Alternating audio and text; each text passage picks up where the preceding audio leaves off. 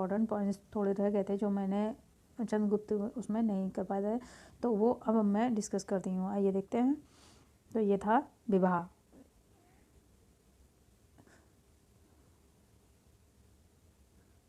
आइए देखते हैं।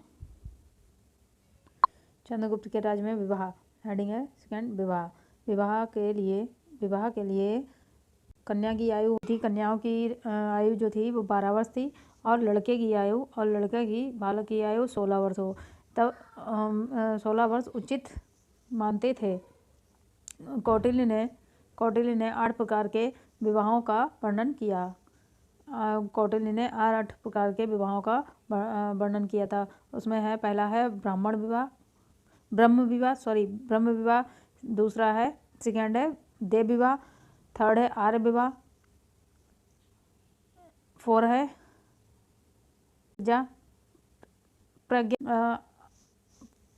प्रज्ञा विवाह, और 5 है असुर विवाह, 6 है गंधर्व विवाह, 7 है राक्षस विवाह, और 8 है पिशाच विवाह। स्त्री को केवल संतान उत्पन्न करने के लिए माना जाता है। संतान ना होने पर पुरुष दूसरा विवाह कर लेते थे। स्त्री को केवल संतान उत्पन्न करने का, यदि संतान विवाह किया और स्त्री से संतान नहीं होती थी तो पुरुष दूसरा विवाह कर लेते थे। थर्ड है स्त्रियों की दशा। जब चंद्रगुप्त राजसिंहासन पर बैठे तो उससे पहले स्त्रियों की दशा बहुत ही दयनीय थी। फिर चंद्रगुप्त ने स्त्रियों की दशा देखकर कुछ नियम बनाए, जिसमें था स्त्रियों की राज्य में जो दशा थी उसके बारे में लिखा था। कौटिल्य ने स्त्रियों को पुनर्विवाह की अनुमति नहीं थी। स्त्रियों को पुनर्विवाह की कोई अनुमति नहीं थी, परंतु सती प्रथा का प्रचलन नहीं था। तब सती प्रथा का प्रचलन जो था नहीं था। स्त्रियों को घर के बाहर जाने से अनुमति नहीं थी।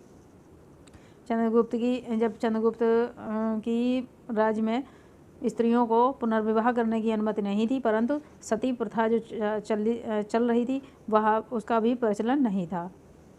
और रहन सहन, चंद्रगुप्त मौर्य के राज्य में रहन सहन का देखते हैं। मौर्यकालीन भोजन में अन्न, दूध, मांस का प्रयोग किया जाता था।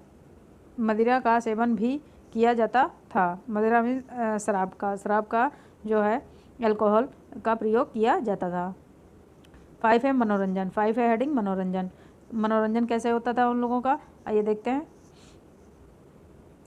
मनोरंजन के साधन थे। मनोरंजन के साधन विहार यात्राएं करना, घूमना, ये धार्मिक स्थलों पे जाना, ये विहार यात्राएं।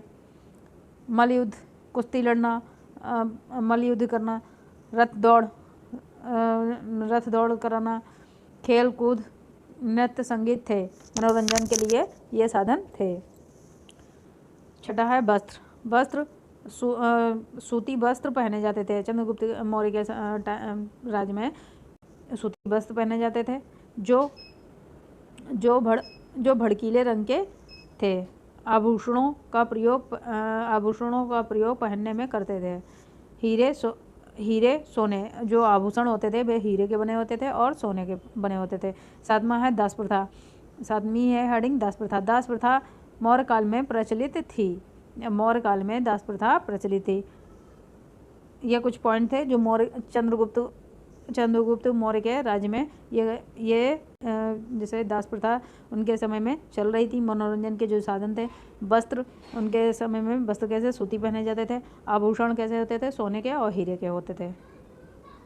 देखते हैं सम्राट अशोक। और यहाँ से क्वेश्चन जो है 2014 में और 2018 में आया था। बिंदुसार की मृत्यु के बाद राजा अशोक सम्राट बने, लेकिन अशोक जो थे वे एक शक्तिशाली, विश्व प्रसिद्ध और शक्तिशाली भारतीय मौर्य वंश के महान सम्राट अशोक का नाम उदय हुआ। अशोक का नाम राज्य जो था वह अपने भाइयों से उसे छीन कर लेना पड़ा था। सम्राट अशोक का पूरा नाम अशोक का पूरा नाम था देवन्यायप्रिय अशोक, ये इनका पूरा नाम था। राजा प्रियदर्शी, देवताओं का प्रिय, इसका अर्थ था, इनके नाम का अर्थ था। बौद्ध मत की किंवदंती के अनुसार, किंवदंती एक पुस्तक थी, उस ग्रंथ है, उसके अनुसार अशोक का इतिहास शांतिपूर्वक नहीं हुआ था।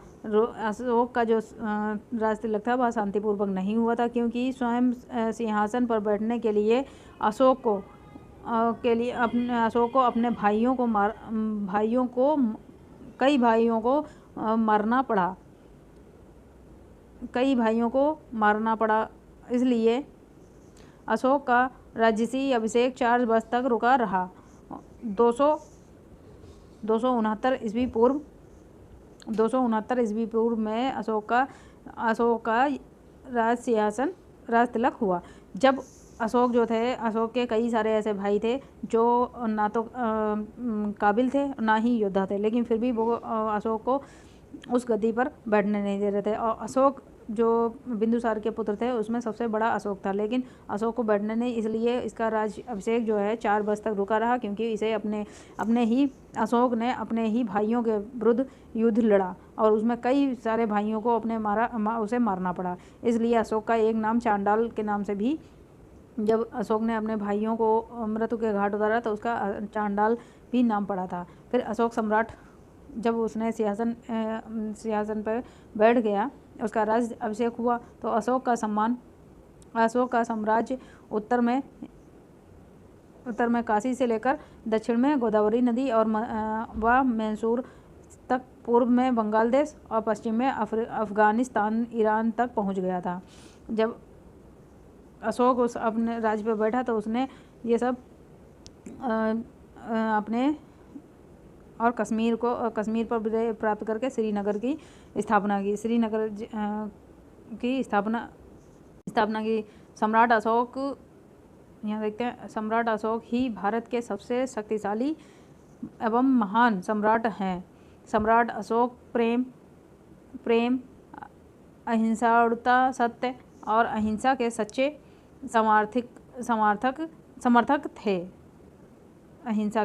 समर्थक थे। अशोक को बौद्ध धर्म के प्रचारक के लिए भी जाना जाता है।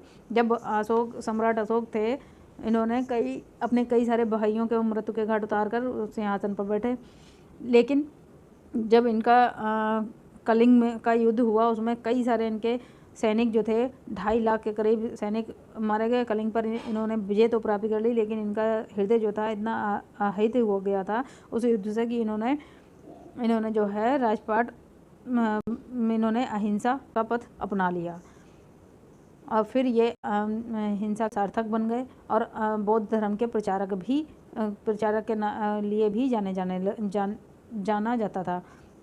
फिर ये बौद्ध धर्म के प्रचारक बन गए।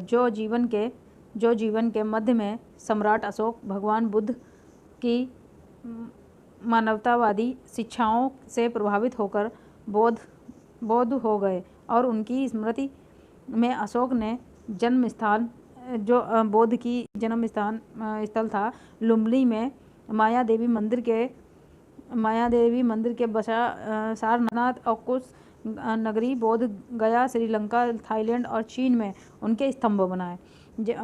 अशोक अपने मध्यकाल में, मतलब जब उन्होंने कलिंग का युद्ध किया उसमें बहुत आहत हो गए, तब उन्होंने अहिंसा को अपनाया और वे बौद्ध धर्म के प्रचारक बन गए और उन्होंने अपने राज्य में अहिंसा का सब जीव जंतु सबसे प्रेम करने लगे और वे जो है उन्होंने जब बौद्ध धर्म के प्रचारक बने और समानता जीवने लगे और भगवान बुद्ध की मानवतावादी शिक्षाओं से प्रभावित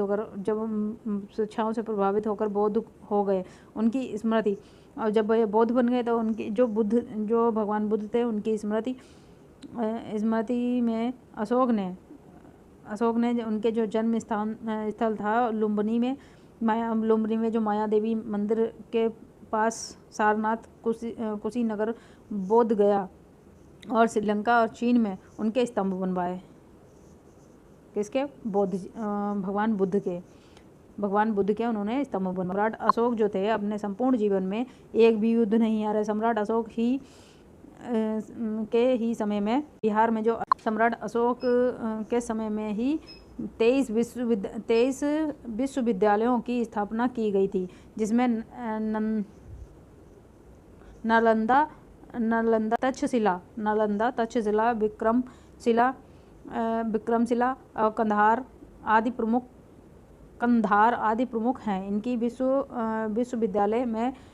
इन विश्वविद्यालय में विदेशियों से कई बच्चे शिक्षा पाने भारत आते हैं। आज भी ये जो सम्राट अशोक ने ही 23 विश्वविद्यालयों की स्थापना की थी, जिसमें बिहार में ये है नालंदा, तक्षशिला, ये विक्रमशिला, कंधार आदि प्रमुख विश्वविद्यालय हैं, जिसमें आज भी विदेशी बच्चे शिक्षा पाने के लिए भारत आते हैं। शिलालेख प्रारंभ करने वाले पहले शासक अशोक ही थे। जो शिलालेख पे जो लेख मिलते हैं वो शिलालेख को प्रारंभ करने वाले पहले शासक अशोक ही थे।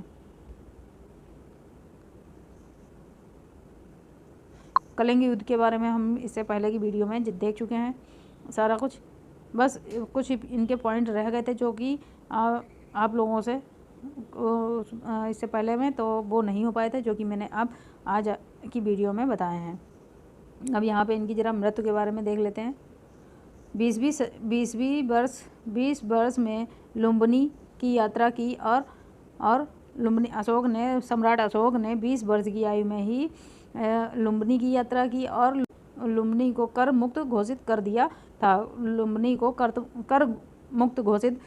था। कर मुक्त मतलब जब यहाँ यात्राएं करने के लिए जो लोग आते थे उन्हें कर मुक्त यहाँ कर देना पड़ता था। यात्रा करने के लिए कर देना पड़ता था, तो अशोक ने